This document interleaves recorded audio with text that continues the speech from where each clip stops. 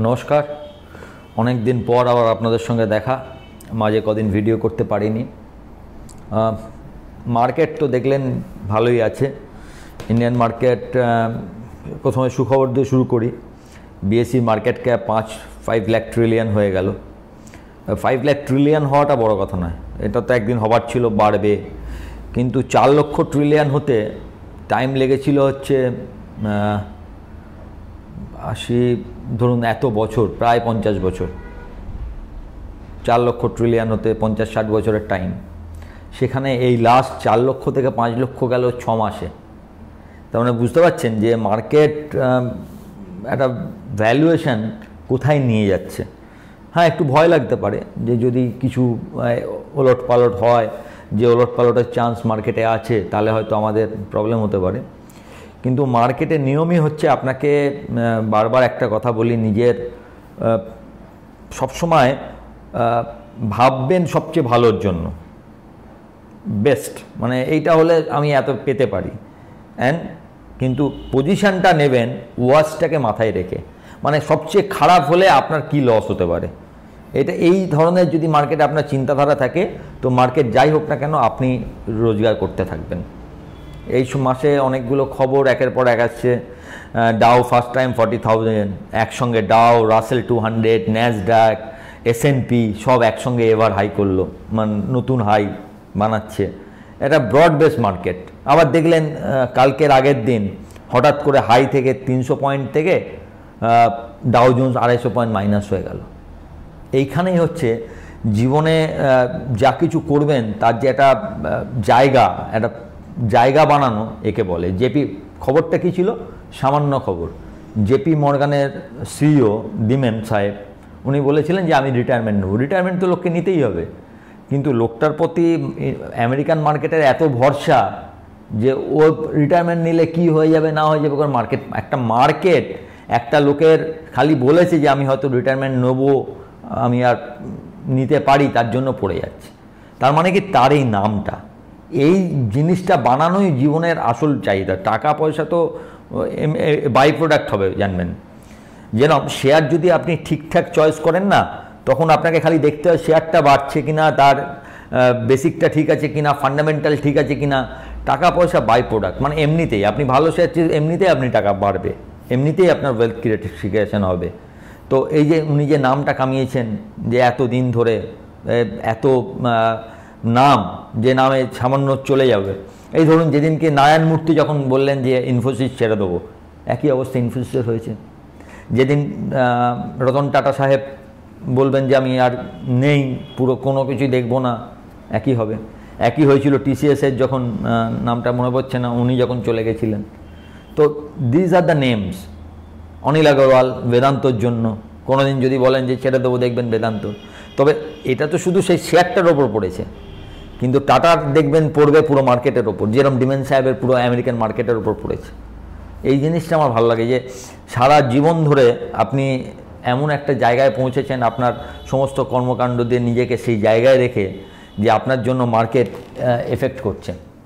এটা কিন্তু বিশাল ব্যাপার। এটা এই জীবনে অনেক কিছু করা যায়, কিন্তু এই কামাইটা করা কম নয়। টাকা পয়সা তো অনেকেই কামায়, কিন্তু এই সম্মান, এই মানুষের বিশ্বাস, এটাও কিন্তু বড় জায়গা। তো যাই হোক, মার্কেট নিয়ে আসি। বেল হ্যাল আপনাদের যা বলেছিলাম আপনারা দেখলেন। আইটিসি অলরেডি রান শুরু করেছে। আজকে আমি যখন ভিডিও করছি 12টা বাজে, 442 টাকা, 41 টাকা দাম, 441। আপনাদের 430 থেকে বলে আসছি। কালকে আইটিসির রেজাল্ট, আমি যদি ঠিক হই, এবার আপনাদের আগেও বলেছি অন্যান্য FMCGর রেজাল্টগুলো খুব ভালো হয়েছে। বেলও ভালো হবে, আইটিসিও ভালো হবে। বেল হ্যাল তো অলরেডি হয়ে গেছে। বেল 282-84 টাকা যা বলেছি সেই জায়গায়। হ্যাল 4900 টাকার কাছাকাছি গেছে, হাই করেছে। সুতরাং আশা করি আপনারা সবাই পয়সা পেয়েছেন। অনেকে ভেল নিয়ে জিজ্ঞাসা করেছেন। ভেল আমি বলেছিলাম সেই 200 টাকা আগে, বিশেষ করে 14ই জানুয়ারি আমার যে সেমিনারটা হয়েছিল, সেই সেমিনারে আমি বলেছিলাম ভেলটা নিয়ে রাখুন, আপনাদের সেমিনারে আপনারা যে পয়সা দিয়ে এসছেন সেটা উঠে যাবে। সে অনেক আগেই উঠে গেছে। আমি 230, 35, 40 টাকা টার্গেট দিয়েছিলাম।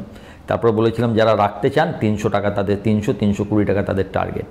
তো সেই 200 টাকার ভেল আজকে 320 টাকা। ভালো লাগে। 120 টাকার টাটা স্টিল 170 টাকা, 200 টাকার 205-10 টাকার ইন্ডাস টাওয়ার 360 টাকা ঘুরে এসছে। আশা করি আপনারা যারা কিনেছেন সবাই পেয়েছেন পয়সা। হ্যাঁ, 2-3টে শেয়ার এখনও ঝুলে আছে, তার মধ্যে একটা ইনফোসিস আপনারা রোজই মনে করিয়ে দেন। আজকে অবশ্য একটু বেড়েছে, 1455-60 টাকা হয়েছে। আমি এরকম জায়গায় নিতে বলেছিলাম, 1465-70 মনে হয় নিতে বলেছিলাম, একটু নিচে রয়েছে এখনও। ইন্ডিয়া সিমেন্ট নিয়ে আপনারা অনেক জানতে চান। ইন্ডিয়া সিমেন্ট একটু নিচে রয়েছে, কিন্তু ইন্ডিয়া সিমেন্টের মুশকিলটা হচ্ছে রেজাল্টটা খুব বাজে, এতটা বাজে রেজাল্ট আমি আশা করিনি। তবুও যেহেতু ব্যান পিরিয়ডে আছে, খুব একটা পড়েনি, আশা করি এই জায়গাটায় হয়তো ঠিক সামলে নেবে। তবুও রেজাল্টটা খুবই বাজে হয়েছে, যেটা বাজে সেটা তো আপনাদের বলতে হবে। আর মার্কেট মোটামুটি যেটা দেখতে পাচ্ছি, দেখুন এখন কি হচ্ছে, একটা দেখবেন কোনো দিন উঠবে, কোনো দিন একটা ভালো প্রফিট বুকিং আসবে, কারণ সবাইকে যে যার মতো করে, মানে বলে না যে এক্সক্লুসিভলি যে যার মতো সাজাচ্ছে নিজের পোর্টফোলিও। আমাকে কালকে অনেকে ফোন করেছিলেন যে দাদা পোর্টফোলিও আপনি যেগুলো করে দিয়েছেন সেই পোর্টফোলিও 10%, 15% রিটার্ন দিচ্ছে, আমরা কি করব। আমি বলেছি আপনারা যদি মনে করেন যে রিস্ক নিতে চান না, তাহলে অবশ্যই বেচে দেবেন, অবশ্যই বেচবেন যারা রিস্ক নিতে চান না। কারণ আপনি তো জানেন না, আমিও জানি না। হোপ ফর দ্য বেস্ট বা প্রিপেয়ার্ড ফর দ্য ওয়ার্স্ট, খারাপের জন্য প্রিপেয়ার্ড থাকতে আমাদের হয়ই। এখন আপনি যদি মনে করেন যে আমি যেটুকু লাভ পাচ্ছি সেটাকে নিয়ে আমি কেন টেনশন করব, আমি তো পয়সা পাচ্ছি, I should enjoy the money, তো আপনি বেচবেন, অ্যাজ সিম্পল অ্যাজ দ্যাট। এরমভাবেই আপনাকে ভাবতে হবে, এছাড়া কোনো উপায় নেই মার্কেটে ভাবার। কারণ এই মুহূর্তে সেরমভাবে কিছু বলা যাচ্ছে না যে এইটা কি হবে। সাধারণত ইন্ট্রাডে যারা ট্রেডিং করেন, যারা ট্রেড করেন, তারা প্রতিদিনেরটা ভাবুন, স্টপ লসগুলো একদম পরিষ্কার নিন। এই মুহূর্তে 22,300 নিচে গেলে আর একটু নিচে যেতে পারে, 22,300 নিচে। 47,500 ব্যাঙ্ক নিফটি খুব ভালো জায়গা। আজকে একটু আগে 47,560-70 এসেছিলো। আমরা ব্যাঙ্ক নিফটির কল কিনেছি, দেখা যাক কী হয়। স্টপ লসও যেতে পারে, আবার টার্গেটও হতে পারে। তো যেখানে সাপোর্ট আসবে সেখানে আপনাকে চান্স নিতে হবে, যেখানে রেজিস্ট্যান্স সেখানে বেচতে হবে, জাস্ট ট্রেডিংয়ের খেলা। আর যারা অলরেডি মানে ডেলিভারি নিয়েছেন এবং লং টার্ম ইনভেস্টার, তাদের সেরকম চিন্তা করার নেই। দেখুন রেজাল্ট যদিও 5 বছরে একটা ব্যাপার, তবুও লং টার্মে দেখা গেছে মার্কেট তো পারফর্ম করেছেই এবং মার্কেট পারফর্ম করবে। তবে এবার আপনি যদি বেশি প্রফিটে থাকেন, একবার প্রফিট বুক করাটা আমার মতে উচিত, কারণ আপনি আবার নিতে পারবেন, দরকার পড়লে একটু বেশি দামে নেবেন, কিন্তু পুরোটা রিস্ক নেবেন কিনা সেটা আপনার ব্যাপার। কিন্তু লং টার্ম ইনভেস্টার খুব যদি মনে করেন যে না ঠিক আছে আমার চিন্তাভাবনা 15 বছর, আমি 2040-এর জন্য পোর্টফোলিও বানিয়েছি, তার চিন্তা করার কিছু নেই, জাস্ট বসে থাকুন। আশা করছি সব ভালোই হবে, না ভালো হলে হয়তো 6 মাস পেছাবে আপনার গ্রোথটা, এর বেশি কিছু হবে না। নতুন শেয়ার বলতে আইটিসির দিকে লক্ষ্য রাখুন, কালকে আইটিসির রেজাল্ট, আইটিসিটার দিকে লক্ষ্য রাখুন। ভেল হ্যাল ভালো জায়গায় গেছে, যাদের অনেক আছে তারা অল্প প্রফিট বুক করতে পারেন।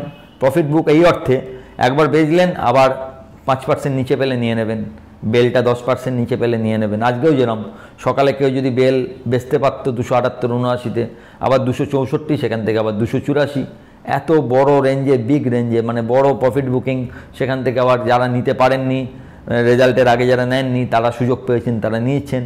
মানে কি এইগুলোর যেহেতু ফিউচারটা প্রচণ্ড ভালো, সেহেতু এগুলো নিয়ে আপনার চিন্তা নেই। একই কথা আপনি যদি ভেল নিয়ে জিজ্ঞাসা করেন, আমি একই কথা বলবো, যারা ট্রেডিং করছেন তাদের জন্য 280-90 টাকা অবধি আসতে পারে।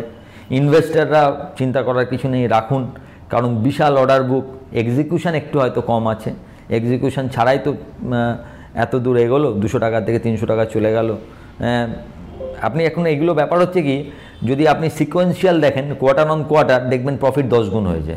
আবার যদি কোয়ার্টার অন কোয়ার্টার দেখেন, মানে ডিসেম্বর 2003 টু ডিসেম্বর 2024, তাহলে দেখবেন প্রফিট 25% কমে গেছে। তো ভাবনাটা আছে হচ্ছে এক্সিকিউশন লেভেলটা এখনও ঠিক হয়নি ভেলের, কিন্তু প্রচুর অর্ডার বুক, চিন্তার মতো কিছু আছে বলে আমার মনে হয় না। তো লং টার্ম ইনভেস্টাররা আপনারা রাখতে পারেন, শর্ট টার্মের জন্য একটু নিচে আসতে পারে। ভালো থাকুন, ডে টু ডে ভাবুন। আমার ভিডিওগুলো ভালো লাগলে একটু লাইক, শেয়ার করবেন, নতুন যারা প্রথমবার দেখছেন একটু সাবস্ক্রাইব করবেন এবং আমার টেলিগ্রাম চ্যানেলও আপনারা সাবস্ক্রাইব করে নেবেন। নমস্কার।